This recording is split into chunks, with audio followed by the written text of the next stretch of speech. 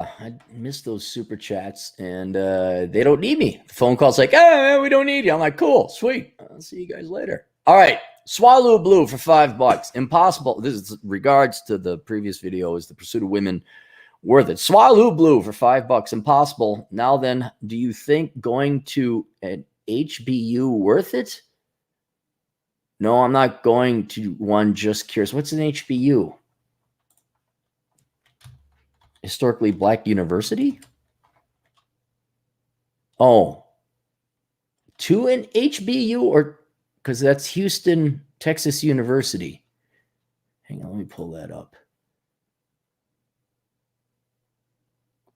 HBU. I don't know. Swalu. I don't know. Houston, Texas University. I don't know. You got to figure out what you want to major in first, Swalu. That's the first thing. Then after that, it doesn't matter. Just go for your first 2 years cheap, get your prereqs out of the way, and then go to the university that's also cheap, but has an accredited degree in the program that you want.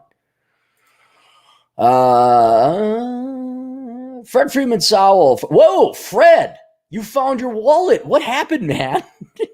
Did you not have some cute girl to take out? $20. Looks like I'm on track to meet my savings goal this year of about 50% of take-home pay.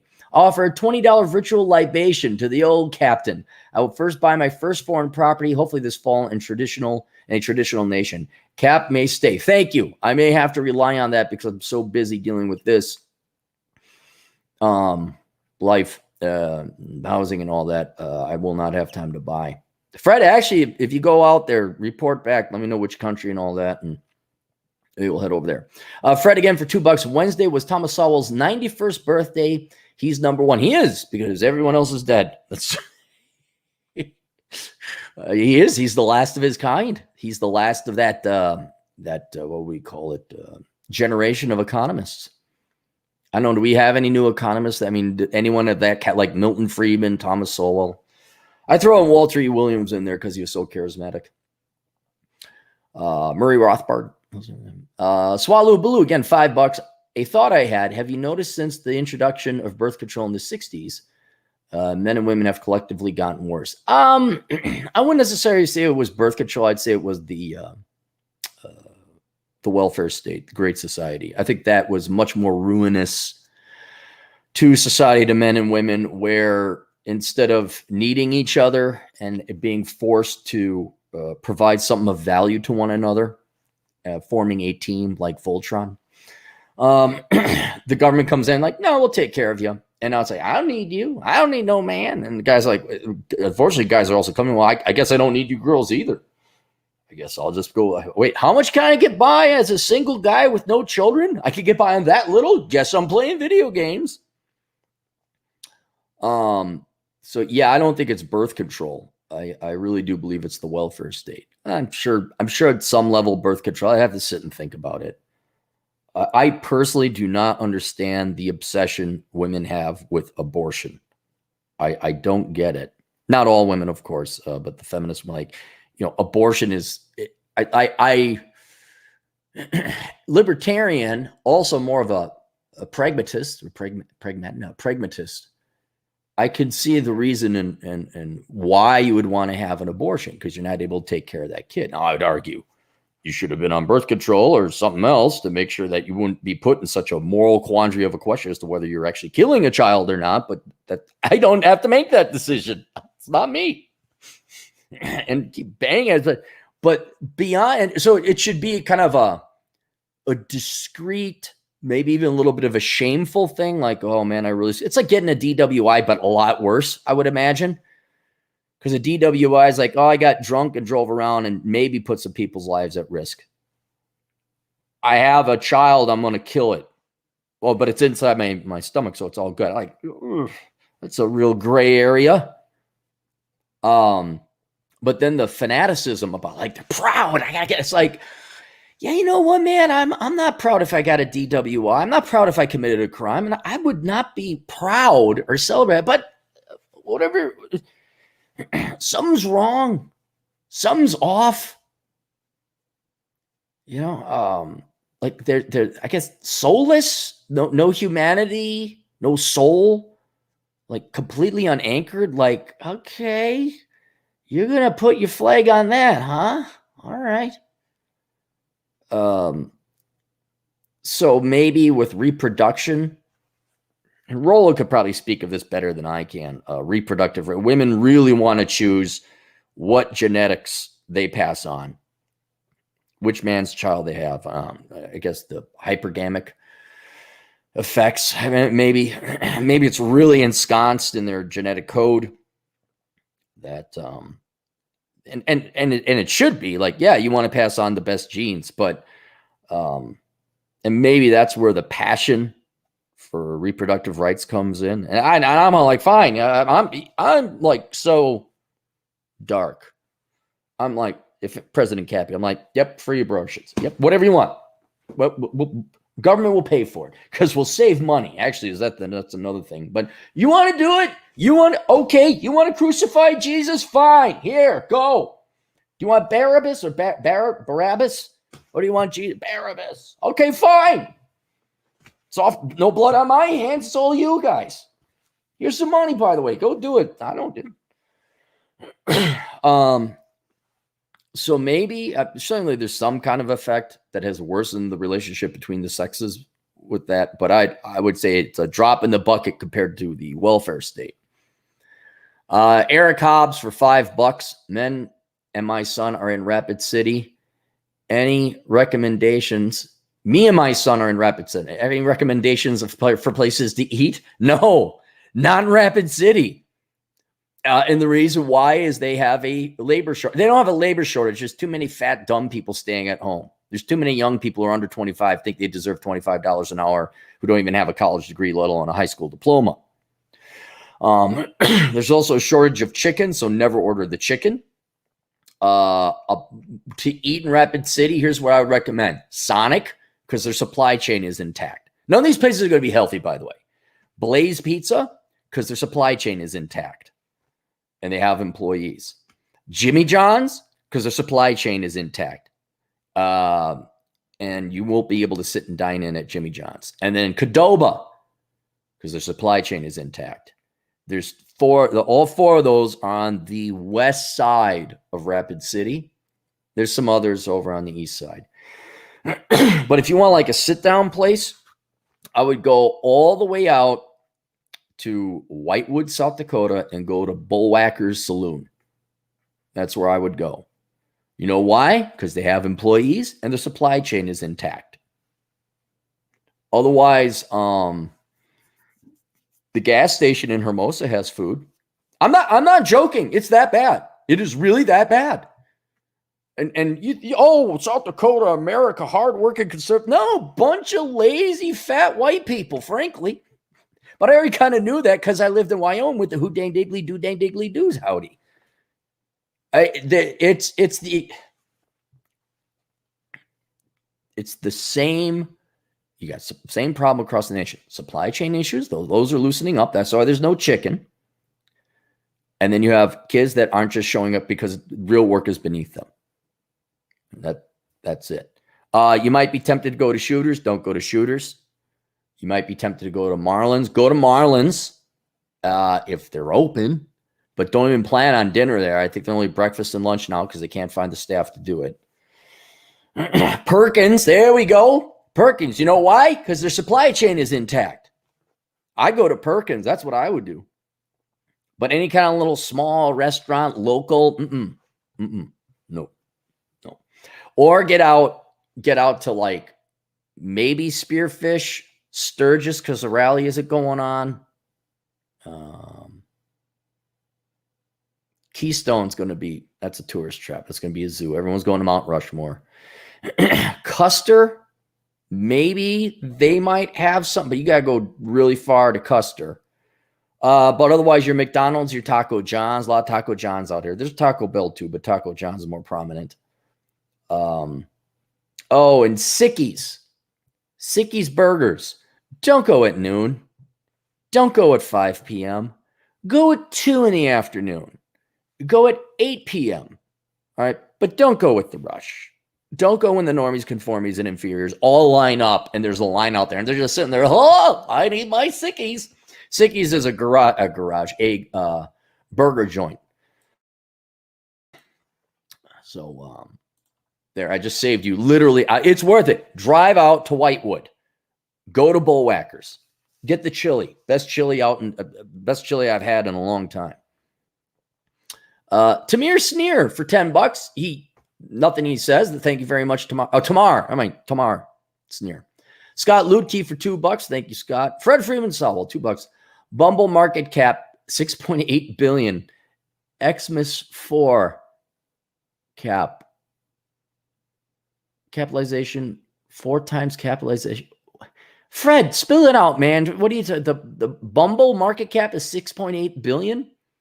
What's its profits? Does it make any money? Or just because it's publicly traded, we throw money at it? James G, $5. Any thoughts on Eastern Europe? Do you think it will be more economically free in the near future? Well, it's more economically free now, generally speaking. Depends on the country. Like Belarus is not a place you want to go.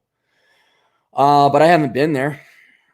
I've only heard good things about it. Their numbers look really good, economically speaking.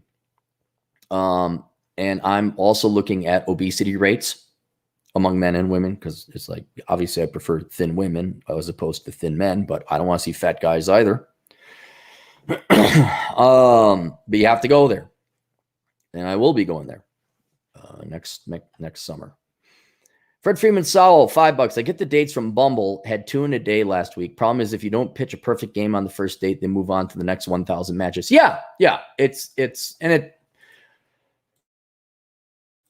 goes back to my previous point. The technology has skewed the dating market so much, and women get so many options, so much attentions. There's no reason to really pursue. Matter of fact, if I was on a date, I would just be like, hey, the card's going to fall where they may. And you got to think about that. Maybe I should have added this as an addendum to your dating strategy. There should be no pressure now, because it really is luck. Like, you should really just show up like, hey, how you doing? Blah, blah, blah. How's my, and you're either going to hit it or not. And if you don't deliver the perfect game, she is going to go on to the next 1,000 matches, because there's always someone better. There's always someone who's a CPA in Chicago. There's always someone who's tall, or some kind of Mexican dude who smokes pipes. And with that, and you can't be Jesus. Remember dating a couple Christian girls. Never do that. They always want you to they will always hold you up to Jesus. And you can't win that game. So if anything, the pressure's off, guys. Like, you go out, you have a good time. Like, yeah, let's go play some air hockey. You don't like air hockey? Okay, what do you want to do? You don't have a plan B? You know what? This is a pain in the ass. I'll see you later. Bye. Because I don't know if it's the same, but back when I was younger, oh man, going on a date, you kind of butterflies in the stomach, more like, they're like, okay, all right, I got to think things through. I'm going to take her here. I got to figure out witty things to say. I was never that one who was so crippled I had to rely on lines, or like to have a scripted conversation, which never worked. But yeah, you get a little bit of nervous. Now, your chances are nothing. It's literally like buying a lottery ticket. Like, oh, maybe, okay. Oh, that one win. I didn't win. Scratchy, scratchy, scratchy. Oh, I didn't get that one. Oh, I didn't win. All right, let's go through the super chats here. Swalu, historically black university. Yeah, so are you black, though? I thought you were Hispanic. Are you, I guess you've got percentage of black enough you can attend? I don't know what the attendance requirements are. No, I don't think, if it's got a good deal, like if you get some scholarships, Swalu, sure, and it offers the program you want, yeah, there's nothing wrong with going to historically black college. The only problem I'd have with it is, like, are you going to get a bunch of critical race theory and crap that has nothing to do with your degree? And ironically hurts black kids taking the classes because it wastes their time on stuff that they probably already got it in high school. By the way, for all the black kids out there listening, did you know you're oppressed? Did you know that your ancestors were enslaved? Did you know there was Jim Crow? Right, there you go. But we're going to make, here's why I get a kick out of like the ethnic studies, like Chicano American, Asian American, Middle Eastern, or African American studies, is it destroys, well, it doesn't destroy, but it financially harms the people they claim to be trying to help out so much. Like, it does not help one black kid, young man, young woman, to go and major in African American studies. It just hurts you. And it's just like you're giving up all this money and time. So Swalu, there's no value, let alone no drawback either of going to a historically black college or not. I just fear there's going to be a ton of race, because every other university you go into is going to have a hard on for racism, sexism, diversity classes, all this other crap. That has nothing to do with your degree. I'm afraid to be turned up to 5 or 6 or 7 if you went to a historically black university. If you find one that's nearby, good degree, good tuition rates, sure, there's nothing wrong with it.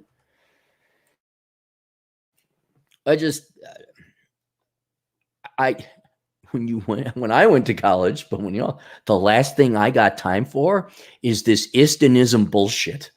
I need to get my degree. I need to go to work. And I hated my prereqs. We didn't have anywhere near this amount of propaganda or politics. It was like, oh, you got to take a theater class. Fuck you. Oh, this is really helping me become a credit analyst and economist. I know the difference between a thespian actor and a Shakespearean actor. Oh, that's going to help me. Friedman-Sowell, $5. Abortion is the ultimate expression of hypergamy. Okay, so yeah, you pay attention more to Rollo. If Rollo didn't stand me up, I'd listen to him more. Abortion is the original cancel culture. Fred, all right. Even my Republican mom is pro-abortion. Yeah. Okay, there you go. That's like the final. Oops. Whack. Just imagine a guillotine. I know it's a horrific scene. It's just pull a thing, a guillotine. Whack. The ultimate expression of hypergamy. Abortion is the original cancel culture. Yeah, I guess they really want to determine their genetic offspring. I would argue choose the right guy. But what do I know? Here's your money. Go get an abortion. Hold on here. Nakama 30. What the heck is that? What is that currency? I don't even know what that is. Well, thank you for. I hope it's a lot of money. Nakama for 30 units of currency. I think I'm going for female going her own way. I'm a woman with an IQ in the 140s, and these days it's becoming unbearable to even talk to friends and family. What you said about being your best and giving up hope spoke to me. Well, it's not just me. That's a common thing here. And I think because if you got an IQ of that, by the way, get my book, Curse of the High IQ, and you'll see the parallels. And I know we're pretty harsh on women on this channel because it's men and men want to pursue women, but women are facing the same problem. There are no quality men. I even did a video of the percent of men that are marriageable. It's like female client. Okay, you did that for women. What is it for men? I went, okay, it's not good. And it's in the single digits, maybe even less than a percent, depending on what methodology. But the men are fat. Same criticism we could give them. They're fat. Younger, they claim to be leftists or liberals because they think that's going to get them to girls. But let's also admit it, they're lazy. They are financially crippled. They live at home. They have no hustle. All they know is how to placate girls. They don't know how to lead or be strong or strike out their own path. And God Almighty, you throw in an IQ of 140. Now, one benefit, I'll tell you this. You could get the book. Get it. Curse of the High IQ. There's one benefit you got. And because of Bell distribution curve differences between male and female intelligence, we've gone over this many times before, but in case you're new, women have a tighter Bell distribution for intelligence, meaning there's less dumb women than men and less smart women than men, which is why the majority of homeless people are men and why the majority of your scientists and engineers, your high IQ folk are guys as well. But there's more because women are tighter bunched up. The average IQ is actually not that much different, depending on where you want to look at it. It's anywhere from like a point to 5 points difference. So a lot of people say, oh, but that's for the sake, men and women have the same average intelligence. It's just distributed differently. But that's a benefit for you because at an IQ 140, there's only like one girl for every 3 to 4 guys with that IQ. Now, whether those guys are good looking dudes or not, or, Mortimer Snerd with his lab coat figuring out the accelerator process on a neutrino thing or whatever, it may not be the hottest men, but in terms of intellect, you should, like, if you got, I would almost recommend you go into like a high level academic field, become a physicist, go engineering, something, find the guys, walk into any engineering class. There's 4 guys for every 1 gal. So your numbers are pretty good there. Of course, you'll be flooded with attention, but Ryan Dupree for $5. Hey, Brian, where is that? You got to tell me where you're hiking there. Aaron, take my money. Thanks for all the free entertainment I got from you traveling this past year. Now my money is right, so take it. Well, thanks, but just tell me where you are. What email me, because I don't know if I'll see it in the chat room. But I want to say that's Nevada.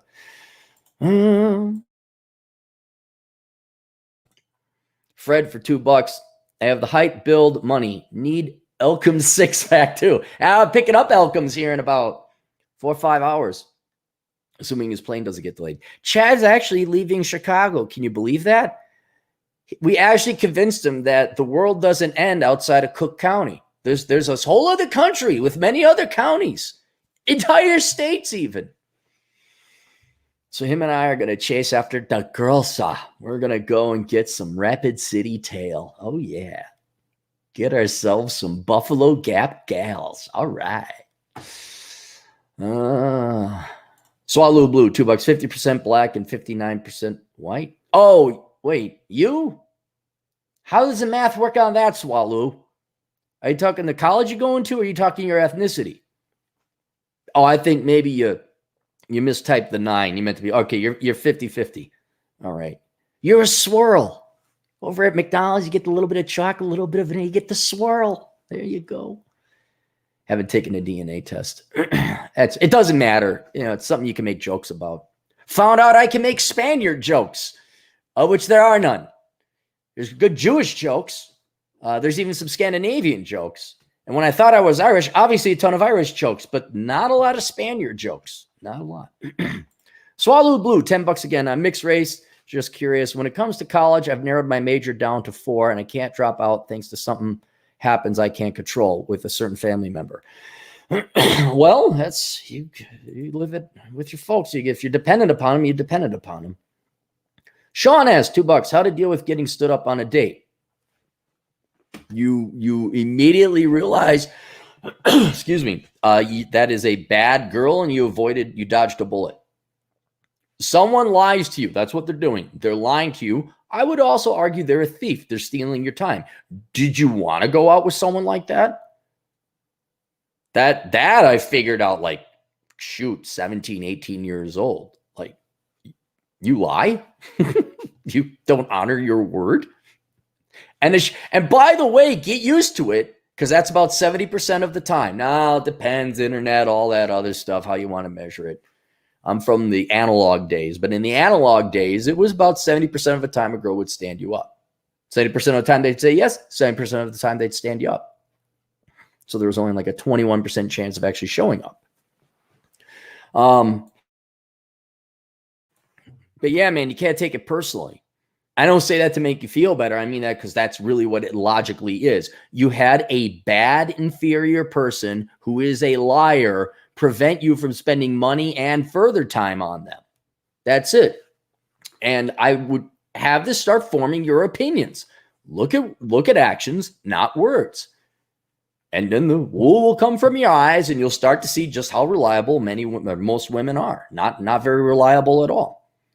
A lot of it is they're cowards. They won't tell you no because they want it. Because they want to spare their feelings. It's like you want to spare their feelings, so you build up their hope and crush them later with confusion or just standing them up. They're weaklings and cowards. Just as they are afraid to ask a guy out, they are just as afraid to tell a guy no. And it is not courageous or caring to say, well, I don't want to hurt his feelings. No, you're going to hurt his feelings. Right? You're going to hurt his feelings. Is where you're going to hurt it very little and not waste his time, or hurt him a lot and waste his time. And so you just got to don't worry, you'll get there. This is the first step to becoming inured to getting rid of approach anxiety. It's yeah, you doing? Like I said before, it's the lottery. Don't expect to win. Dennis Prager said this about life in general. I have no expectations. I have no hope. So if something good happens, wow, that's great, man. Wow, my wife didn't get fat. Oh, jeez. All right. Wow, my wife didn't divorce me. It's almost getting sad to the point. Wow, meteorite didn't clonk me in my head. This is a great day. It's a great day. But I mean, eliminate all expectations. Absolutely do not have any expectations of women showing. I've told this the story before. Fred Friedman-Sowell did it not too long ago. I would commonly double book dates because it was almost a guarantee one would drop out. And more than once it happened. I'd be working patrolling. Escort Clary. Yes, sir. Call the office, would you? I'm like, oh shit, I'm in trouble. What do I do now? They're like, oh yeah, and Amy called. Want to know if you were still on for tonight? I'm like, oh shit, forgot. I had a date and she showed up. I mean, I just got so used to getting and that's the area you want to get to. We're like, oh, and they even served me better. Because like, oh shit, he's working. Oh, well, what does he have? Why did he? Oh, he stood me up. Oh, no, I'll show him. I'll really go out with him. It's bizarro world. You got to do it reverse, man. Hey, one gal I remember, I purposely, it was an experiment. I was 22. I liked her. She was an older gal. And she had moxie. I liked her. I'm like, okay, Claire, you got to play this one. So we had a date, whatever, Friday night. I said, I got called into work. I didn't get called into work. I stayed at home, played video games. And that helped. That helped. Had more success with her than I did the average girl that I was, would date, go on dates with. Fred Freeman-Sowell for $4. The Chicago Man.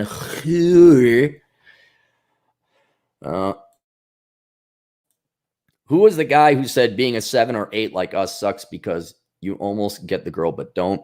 It would almost be better to be lower than a 7 and go among. That was Adam Piggott. And that was an outstanding observation because the more and more I look back and go through the replay of my dating life and sex life and all that, it was very clear.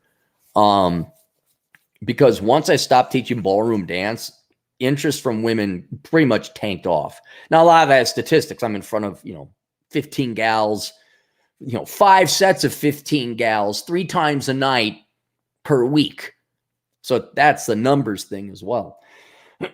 But dating, I'm a 7. I'm an 8. On a good day, I'm an 8. If you remember Hot or Not, I was like an 8.6, but that was on your face. Then when you see how short I am, then girls like, oh. And it was, I've said it before, the standard. This was more than half the girls. We'd go, well, we'd have a good time. Sometimes we'd have sex. It was great. And then they just, I don't think it'll work. Like, what? I like nothing. And then, you're like, well, what did I say? What did I do? I thought we had a grand time. I thought it was awesome. And you did. And they did. And they enjoyed it. But then it almost permit me a bit of arrogance. Maybe they enjoyed themselves so much they realized like, oh crap, I might like this guy, but he's only 5'9". And I got to end it early now because there was always a bit of regret. These were the gals that had the honor and the integrity and courage and bravery, real courage and bravery, not brave and amazing. You wiped your ass, brave and amazing. They actually had, well, I just don't think it's going to go anywhere. And young Aaron, young Cappy, then Sergeant Cappy. What? We were laughing and giggling and we had, what? I came all over your face. What? You smiled. What? And yeah, Fred, I think there's a lot to what Adam said. Because Adam's about an 8. Bit taller. Now in Australia, he's an 8. But in the United States, oh, hello, mate. Oh, I got an Australian accent. You guys can suck my penis any day. And girls like, oh my God, he has an Australian accent. Like, fuck you, Adam. But yeah, Adam came up with that observation. And he's right, because if you're a 10, all the work is done for you. Girls, it's very easy. It's on the path is slicked with oil. You're ready to go. But if you're 7 or 8, yeah, some girls will go and they'll drop you a crumb. They'll give you a morsel, but then they won't, I don't want to say commit, but then they're like, oh yeah. So you're just kind of like, what the heck? And that was the thing. It always we had a good time. I thought we did. No girl like, I can't. Because I was a fun guy. I'll go dancing, get cocktail, go play air hockey. I take them on the convertible. I was somewhat charming and charismatic. So they were laughing. And then all of a sudden, I can't go out with you. I'm like, what? And so, yes, if you're 7 or 8, it's because you get the occasional success. And there's that pattern where irregular but occasional success results in addiction. So you think, I got to change it. No, just not tall enough, man. Not chiseled enough jaw. Not blue enough eyes. Not whatever. You're good looking. You're good looking, but you need that extra full point or that extra 2 inches, both up there and down there. And then you make it into 8.5 or 9 land. And then the girls will call back. Then there's not the begrudging, but I don't think I mean, literally like the slow skis. Why don't you like fun? What? I thought we had fun. I'll tell you the story again because it's I remember one gal, like, she was Asian from Appleton, Wisconsin, which doesn't narrow it down at all. But she was cute. And it was St. Patrick's Day. I got 2 big Irish hats, goofy Irish hats.